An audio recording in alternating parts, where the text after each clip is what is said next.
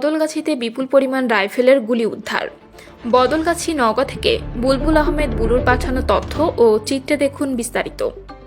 নওগাঁর বদলগাছি উপজেলার দেউলিয়া গ্রামে একটি জমি থেকে বিপুল পরিমাণ রাইফেলের গুলি উদ্ধারের ঘটনা ঘটেছে। স্থানীয় কৃষক জয়দুল হোসেন জানান, তিনি আনসার চৌধুরীর পরিত্যক্ত জমি 2 বছরের জন্য লিজ নিয়ে পটলের আবাদ করেছিলেন।